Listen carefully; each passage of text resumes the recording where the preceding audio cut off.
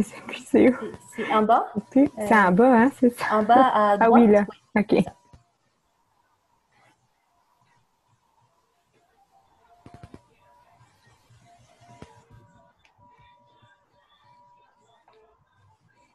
Okay. So hi, welcome to this new vignette for kids who are 5 to 8 years old. And this vignette is going to be all about ideas to facilitate learning from a book. So how to read to our children in order to stimulate their language and their communication. My name is Elisa Bucurel, and I'm joined today by Michel Auger, my colleague. And we are speech and language pathologists at the Laval School Board, Commission Scolaire de Laval. And this vignette is actually presented by the Laval School Board. I can't change it. Oh. Yeah. Thank you. So I'm sure that by this time we are all familiar, almost all of us are familiar how to communicate in Zoom. Again, this is the Zoom toolbar that you can find at the bottom of your screen. And for the remainder of this vignette, I would ask you to turn off your camera and your microphone, and you can do that in the bottom of the screen. And you already did it. If you want to ask any questions, you can do so in the chat window, so converser. And you can also raise your hand virtually by going into participants. And then you have a little blue hand over there, and you can click on it, and then we will know that you have a question to ask. This vignette is going to take about 45 minutes. We have 25 to 30 minutes for the presentation of the information, and then we have about 15 minutes for questions. And again, we would ask you to try to ask questions that are not of a personal nature, especially because this vignette is recorded and is going to be put on the Laval School Board YouTube channel. So it's important not to have any child's names or personal information, but you can ask us any questions regarding the presentation itself, or if you have any other questions about reading books and communication. Okay, so for today, the topic is reading a story or stories to your child. And the intentions, basically, why do we read books to our children?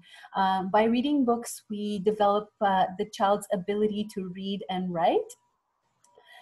We develop language abilities, and we generally expand their general knowledge. How is that done? So we're going to talk about how to choose a book that you're going to read to your child, and we're going to talk about how to provide a stimulating and enriching experience while you read a book.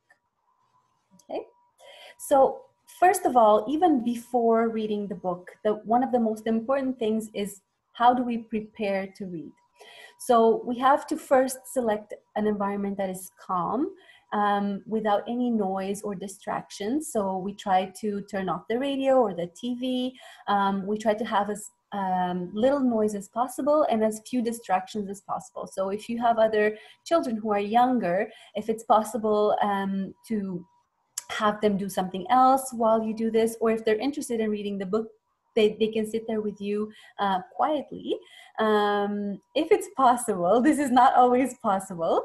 And I would say this is not something that you would necessarily do every day. So let's say you choose a day when you know that you're going to have as few distractions as possible, and you can read a book and try to stimulate language using the book.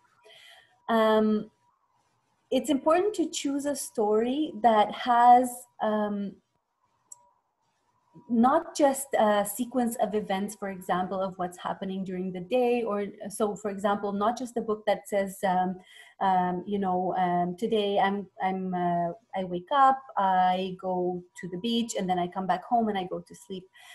It's important to choose a book that has different characters, that has different triggering events and solutions, so that it's going to be more enriching for the child, and it's going to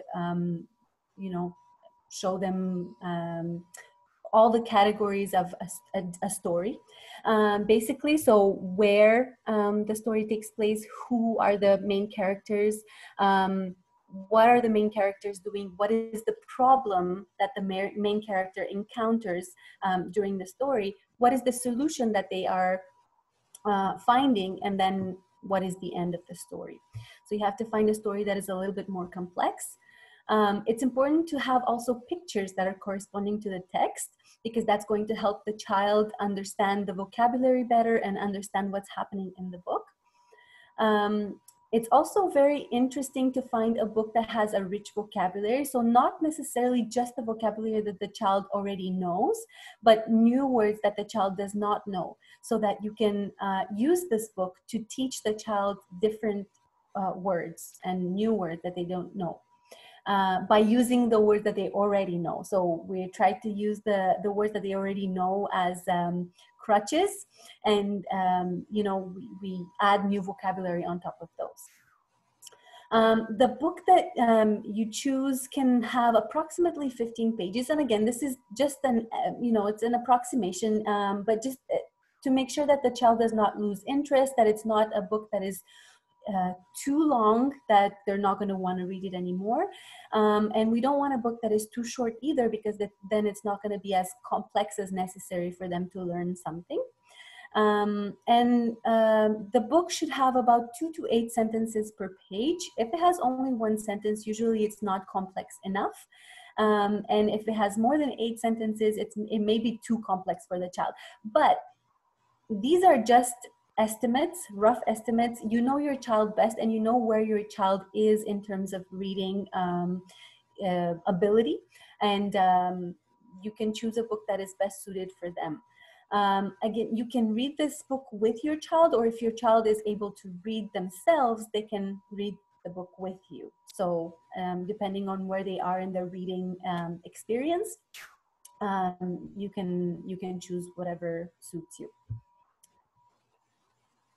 Okay.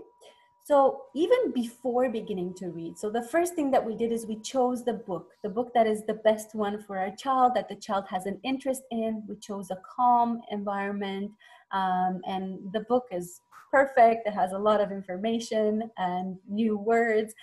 The first thing that you can do is you can take the book and you can show it to your child.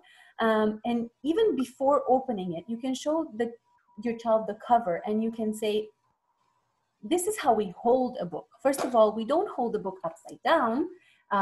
Just to give you an example, I have a Masha book. We hold it right side up. This is the way that we hold the book to read it. Because otherwise the images and the reading itself is going to be upside down, and I'm not going to be able to read it. So this is how we read it. And we start reading a book from the front cover and not from the back cover. Okay, so we don't go start from the back cover and go to the first one. We start here, and then we can start looking at the cover and we can discuss it. Okay, so first of all, we can read the title, and if we read it, and we can try to tell the child to recognize letters. If they're able to recognize letters from their name, for example, let's say M is a part of their name. Oh, this is M from your name. B from mommy's name, for example. You can read the title, you can read the author's name and the illustrator's name. So this is something that we tend to do ourselves when we read a book, because we tend to know the authors, and we know the authors that we like, and we do it even without thinking. We read the author's name. We don't have illustrators for a lot of the books that we read, but so for children's books, we tend to forget to do that. So it's important to tell them. So for example, I don't even know who wrote this book, but this is the person who wrote the book. So this is the person, he actually thought of all of the things that happen in the book, and he imagined them, and then he wrote them down, and now we're reading it. And this is the illustrator. So the illustrator means that this is the person who actually designed the images or drew the images, and then now we see them. So look, this is really fun. Another thing that we can do, for example, if we look at the cover, is we can try to make predictions by looking at the the people on the front cover or the actions of or whatever is happening on the front cover, we can try to think of what's going to happen in the book. So for example, let's say you have a book that you have two main characters, a girl and a boy, who are at the beach. Then you can say, what do you think is going to happen in this book? You know, even without having the title of the book or anything else, even just seeing the picture, what do you think is going to happen in the book? Oh, maybe they're going to go to the beach. And then you can try to make links to whatever happened in the child's life. So for example, do you remember when we went to the beach last summer? What did we do at the beach? Oh, you played in the sand, and then we went in the water, and you splashed, and you had a lot of fun. And then we ate some ice cream on the beach, and it was really, really fun. And was it hot or was it cold outside? Was it summer or was it winter? So all of this information is going to help prime the child for whatever's going to happen in the book. So it's going to bring forward information that they already have from their past, and it's going to help them better understand what's happening in the book and better remember what's going to happen in the book. Another thing that you can do just by looking at the cover, so we haven't even opened the book, is you can talk about the written language that is on the cover. So you can, like I said, you can try to recognize the letters from the title of the book. You can count the words. So here we have Masha and the bear. So you can see that there are spaces in between the words. And so if there's a space, it means that this is one word, then you have a space, this is another word, another space, another word. So you can count, there are 4 words here. You can try to emphasize lowercase and uppercase letters. So M, Masha. So this is a character's name, and it starts with an uppercase letter because it's the name of a person. And then the same thing for Bear. It's a character. It's not a person, but it's one of the main characters, and this is his name, even though he actually is a bear. His name is Bear. So that's why it's uppercase. And then and is lowercase because it's just a liaison word. So it's not the name of a person. You can emphasize punctuation marks, for example, if there are any, a question mark, an exclamation, if there are any, like I said. If not, you just open the book and then start reading. So, for example, you have here, so another example, Go Away, Mr. Wolf. So here you look at the author. So the author's name is Matthew Price, and you say, oh, this is the person who, like again, this is the person who thought of the book, who thought of all the actions, and he imagined them, and then he put them on paper, he wrote them down, and now we're reading it. And then this is the illustrator, and this is the person who drew all of the images. And look, these are really funny images. And then, so what else do you see on this cover? What are the images that you see on this cover? What's happening? Oh, I see 3 little pigs who are throwing things at the wolf. Oh, you can ask the child, do they look angry or do they look happy? Oh, they look angry. I wonder what the wolf did to make them angry.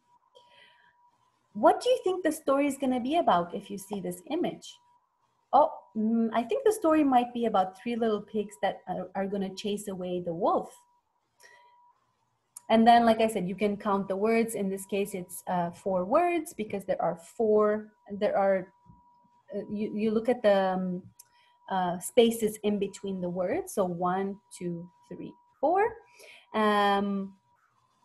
They are all uppercase letters, and this is a thing in English, because in English they tend to put uppercases for all of the words, but in French they don't. So in French, what happens is that you will have so in English, in a title you tend to have uppercases for most of the words, except for the liaison words. So if it's a conjunction, and or if things like that, you won't have it uppercase. Whereas in French, you only have it uppercase for the first word, and then if it's the name of a person or the name of a place, or or the name of an important building, for example, or an important Sometimes in the title, it's all in capital letters, all in even in uppercase. French. Yeah, even in French. Okay. So yeah, so you can tell the child, oh, these are all capital letters, but sometimes you won't have them in capital letters. How many words do you count? You count 4, and then you see at the end there's an exclamation mark. I wonder why there's an exclamation mark. Oh, maybe it's because they are shouting at the wolf. Go away, Mr. Wolf. So the exclamation mark means that they are actually shouting. So this is a good time to tell them what an exclamation mark can be used for. Okay. So then we open the book. So during reading, we can work on knowledge about written language. So depending where the child is, if they're in preschool or then in 1st or 2nd grade. So if they're in preschool, for example, you can try to follow along and show the child with your finger, showing them that you actually in French and in English, we read from left to right. Whereas depending on their background in other languages, we can also read from right to left. So for example, in Arabic, we read from right to left, but in French and in English, we always read from left to right. So you can follow along with your finger when you read to show them this, and you can explicitly tell them. And another thing that you can tell them is that we read the text and not the images. And this is something that children don't tend to understand implicitly, so we have to tell them. We can ask them, where do you think I'm reading? If you look at this page, what do you think I'm reading? And many times they're going to show the picture, but we have to make them aware of the fact that, no, actually what I'm reading is the letters here, the text, and not the images themselves. The images are there to help us understand what the text is saying, so to support the text, but we don't read the images. And then in 1st or 2nd grade, we can talk about the calligraphy. So we can talk about, oh, is this text written in cursive or in script letters? We can talk about the letters themselves, and then we can tell them letters together make words, and then words together make sentences, and sentences together make paragraphs. So if you, depending on the length of the written text that you have on the page, you can show them what words are, what sentences are, and what paragraphs are, if you do have a paragraph on that page. And you can talk to them about the symbols. So like I was saying before about the exclamation mark, the symbols that are not letters, so the punctuation.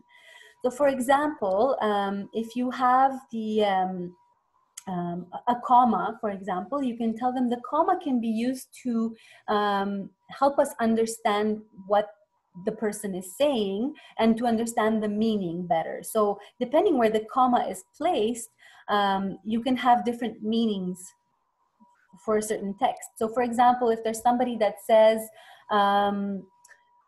we're going to eat, comma, kids.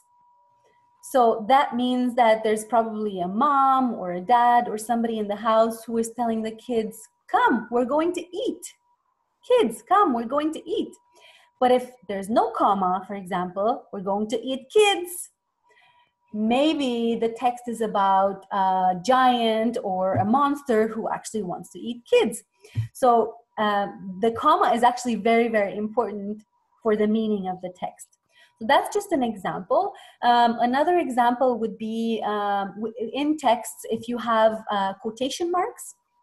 So those, if you have the beginning of the quotation marks and the end of quotation marks, if you have the beginning ones, it means that maybe one of the main or of the characters is going to start saying something. And if you have the end quotation marks, that means that they stopped talking. Another way sometimes that they show that a character is talking is they have a dash, but I think that's less and less used nowadays. It's more with quotation marks that they use that. Another example is the brackets, the parentheses. So for example, the parentheses can be used when the author is trying to explain something or give examples of what they wanted to say. And again, you can say, look here, they said, for example, I'm going to eat vegetables, and then in brackets they said tomatoes, cucumber, lettuce. So these are examples of vegetables. Okay, so this is what we use the parentheses for. So depending what types of punctuation you have in the text, you can try to take a few moments to explain to the child why those were used and what we can use them for generally when we are writing. And what I wanted to say, what's very important, so here there's a lot of ideas of what you can do. You don't have to use all of these every time that you read a book with your child. You generally can choose one or two, and you can focus on those for the book that you're reading.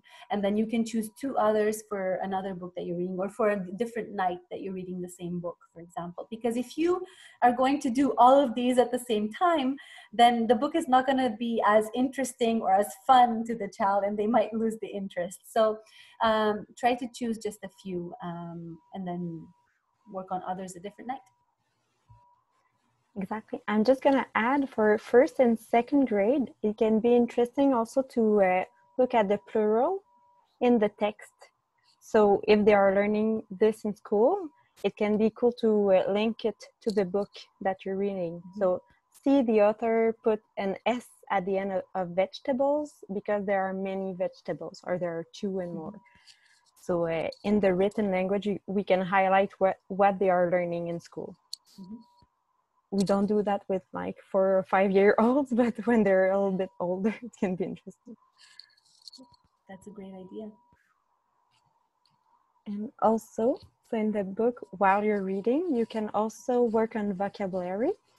So you, again, you try to choose 2 or 3 new words per book. Not too many words to explain. You can choose them beforehand or while you're reading.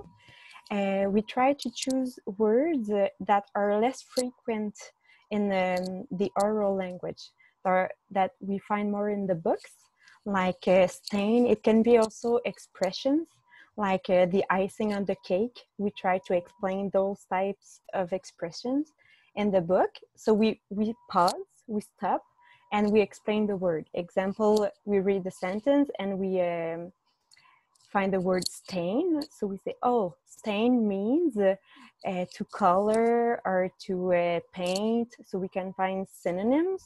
We can also mime the word. We can put down the book, and if it's jumping or an action word, we can mime the word so it's easier for the child to remember.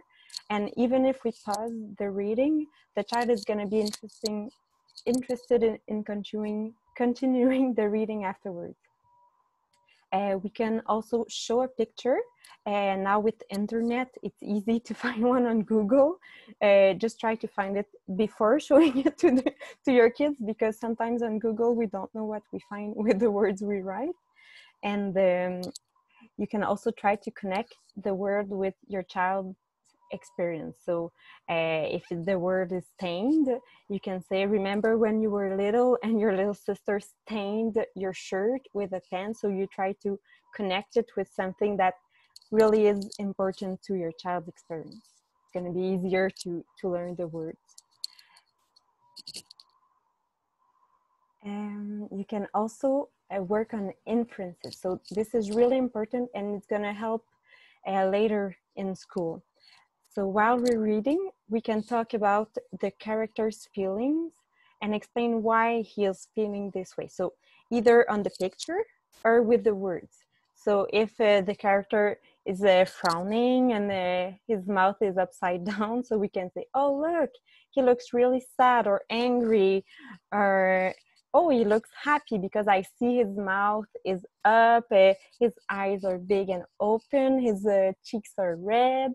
So we can explain with the pictures, with what we see, or with what is written in the text. We can also try to predict what will happen on the next page. So if the character has received a gift, you can try to guess, what do you think it's going to be? Oh, I think it's going to be a pizza because the character likes pizza. So we can try this. Or I think it's going to be a hat because the title said, oh, what a great hat. So you can do your own inferences or your own predictions so to show your child how to do it. So it's important not to only ask questions. You have to show the model of how to do it too. You can also try to explain why a character makes a particular choice. So I think he did that because he was afraid of the wolf, or I think he did that because he wanted to get something. You can also try to imagine a solution to a problem.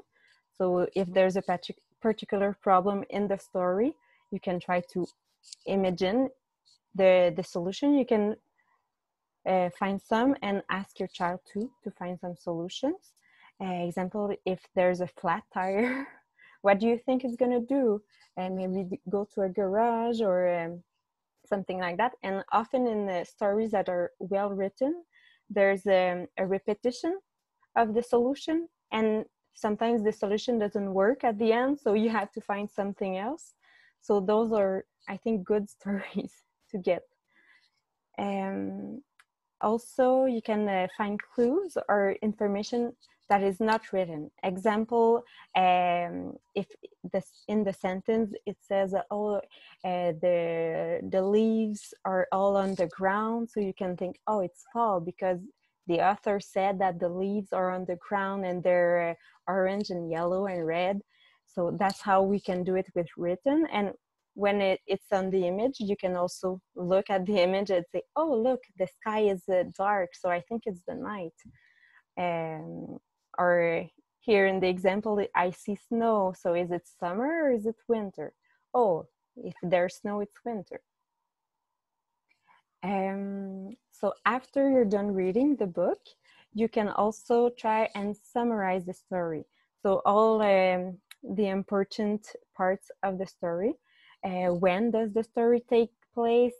Who are the characters? Where does the story take place? What is the triggering event? So the problem and all of the events happening. What solutions does the main character find? Which solution works? Because often they try many solutions, but not all of them works. So it works also on memories.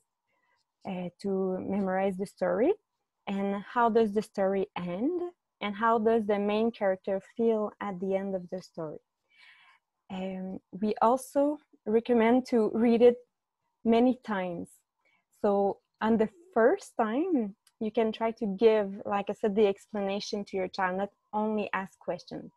So if you choose, example, 2 concepts in like punctuation or the author, 2-3 words, 2-3 inferences, you give the explanation when you read the first time. And the second time you read it, then you can make a mistake on purpose or ask a question to your child if he remembers what you taught him the first time. So it's important to not ask the question at first. To really teach your child the concept.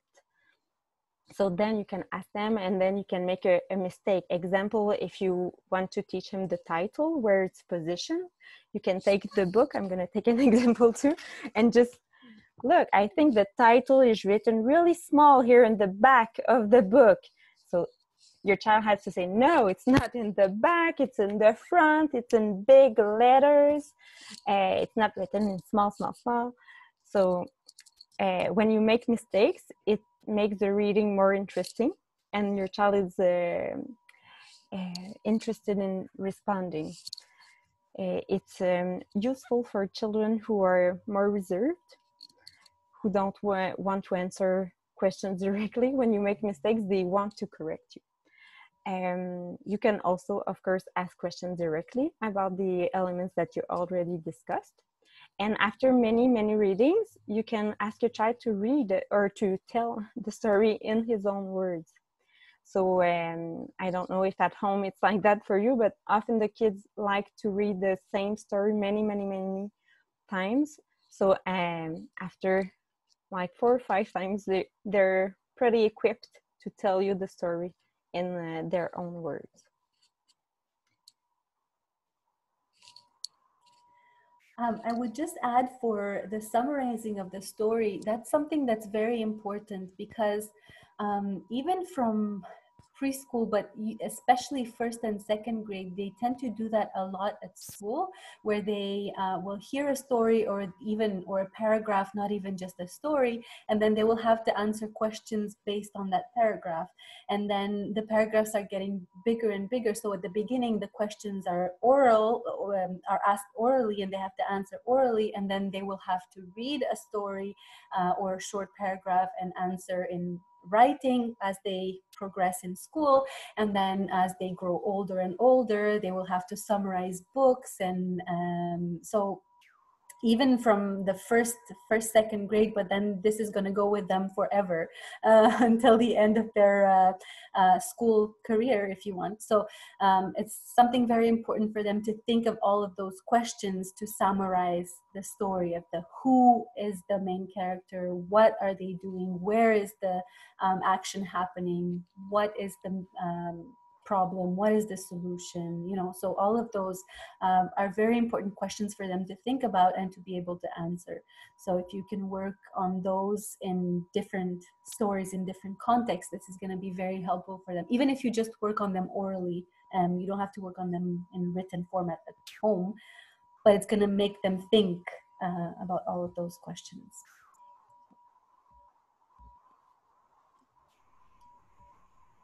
Any questions? Thank you, guys. I really wasn't really using all these techniques when I read a book. I like how to show her how to hold a book in the beginning. I never was curious to do that, and to let her count the words on the title and tell her this is, she's gonna be first grade next year or this coming September. So I think this is a good time to start this with her. And the perfect thing, and I never done it with her, but I will start doing the summary part, the summary, because yes, and you're right, the speech therapist, when she do a evaluation with my kids, she's always tend to do this part, to tell her like a paragraph with 2 or 3 lines and keep asking her, because, and my kid, she forget sometimes who's a person, what he done, all this stuff. But it's good to stimulate this by repeating this over and over. But I have a question, because our main language at home, it's Arabic. So if I'm using an English book and just using the picture and tell her the story from, like, sometimes not really reading a big paragraph with her, I'm just to go with the picture and explain what I see in the picture in the Arabic. This is something would help her, or will be not helping, her language? I think there are still some things that you can do using that. So you wouldn't be able to show her the written aspect of, so you wouldn't have written language, but you would still be able to work on the summarizing aspect. You would be able to work on vocabulary. So what the words mean, what new words you find in that, because she's not going to know all of the words in Arabic, even if you use Arabic every day with her. Maybe she hasn't encountered one of those words, so you can use that. So yeah, definitely, I think some of the things are still you might be able to use. Yeah, okay, cool. I just don't know when you are, I just want to make sure it's going to be useful kind of for her. But this is not what I'm doing all the time. Sometimes I read with her in English, so the only thing that I'm going to tell you, though, because I do that a lot with my kids, and I read to them in a story that is in any language, and I'll translate it in Romanian, for example. The only thing that I will say is that the language that we tend to use is not as rich as if the book was written in your case in Arabic, or in my case in Romanian. So because what we do is we tend to translate, or we make up our own story, and we use the words that we would use in talking. And generally, if you see in books, the language that they use is a little bit more complex. Yeah, So official language. Yeah. yeah, so that's the only thing that I would tell you is that if you want to have more complex vocabulary, for example, you might have to pick up some books that are in Arabic Okay. if you want to try that too. But Yeah, I it's have a little. Yeah, I have some, but because sometimes the story that she's always like about Disney and stuff in English. So yeah, but yeah, you're right. yeah. You're right that if I would like her to be, You can gain do more. both. You can do both. You can have some that you translate, and you can have one or two that you pick up in Arabic, and you can Yeah, do some that's in awesome. English. However you. I think any language stimulation is still good. Like if you already have the intent to help her with the describing the image and the vocabulary, I think that's a lot too. But if you want to enrich, like Alyssa said, the written words and the more literary vocabulary, Yes, it's important to have the words in the books. But you're right. Yeah, totally agree. So, so far this is only my question about what I'm doing with my kids. So otherwise, I'm really gonna definitely use some tips that you are providing in the presentation. It's really useful, I see. And actually, another thing I would say is that you can try to instill in them the idea that they can ask you questions at any time, because kids tend to just listen to the story and then just they don't ask any questions, even if they don't understand the word or anything. But by you pointing out that this is a word that's interesting or new, or you think you can explain it or whatever, you can tell them, oh, if you don't know what it means, that's okay, you can ask me. Or sometimes I don't know what words mean, and I try to figure it out, and this is how I try to figure it out. I look at the pictures, or I try to look at the context, what's happening in the book, what could this mean, and then I ask another person if I don't know, if I can't find out the answer. Because sometimes they feel like they can't ask you any questions, or if it's wrong to ask questions. And so by you letting them know that it's okay to ask questions, maybe they're gonna ask more. Oh yeah, true. That's a good thing. My kid, she's so curious. But yeah, you're right. Sometimes I'll let her. Sometimes I'll make her more curious about knowing more stuff about wording, and not feel shy when she doesn't know and doesn't understand. And I find that making mistakes, often the kids don't want to tell us that we did the mistakes. They say, oh yes, it's true, because we say that it's that. So we have to teach them how to recognize when it's not true. So often the kids don't want to tell us at first, Sure. and then they take pleasure in telling us. Yeah, true. Yeah, sometimes, yeah. She just, sometimes she wanna have a peace of mind. She tell me, yeah, you're right. Like, okay. Thank you for me, and that's really useful for me so far. So I think I'm still using some techniques from what you provide me with last sessions about bringing papers, me and her, and have like not a wall or something like boundary. She's not see what I'm doing, and I ask like my boyfriend to just tell her, and tell me what to write and follow the instructions. And it's really, really fun, and she loved it. And it's nice great. about the memory. Yeah, when it's getting harder, to draw something and more complex. I think it's work on the memory as well. I like it. I like it a lot. And thank you. That's great. You probably will also like the one on objects, everyday objects. If you go on the YouTube channel, you'll see the one that is about stimulating language using everyday objects. And that's going to give you some more ideas of what you can do just in daily life.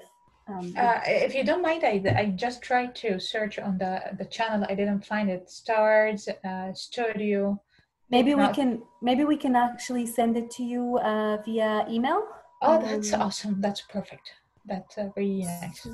So maybe when we finish this, you can send us your email, and then we'll send it to you. Okay, cool. Thank you. I'll just reply to the email I received yesterday about the Zoom connections and everything. This is yours? Okay, awesome. No, I think it's Laurence. Yeah. We'll when we stop the recording, I can ask you for your email and we'll send it to you. Okay, cool. And even if you want to send it now, I can send it to you by chat now, my email, if you want. So it's all up to you. Maybe in the chat now? Yeah. Just to make sure we have it. Yeah, I just wrote it. Okay.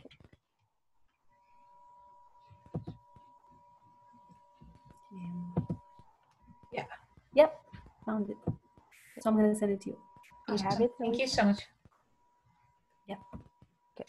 Thank you guys so much for your time, for everything you do here. All the tips is helping me to improve my skills with my kid.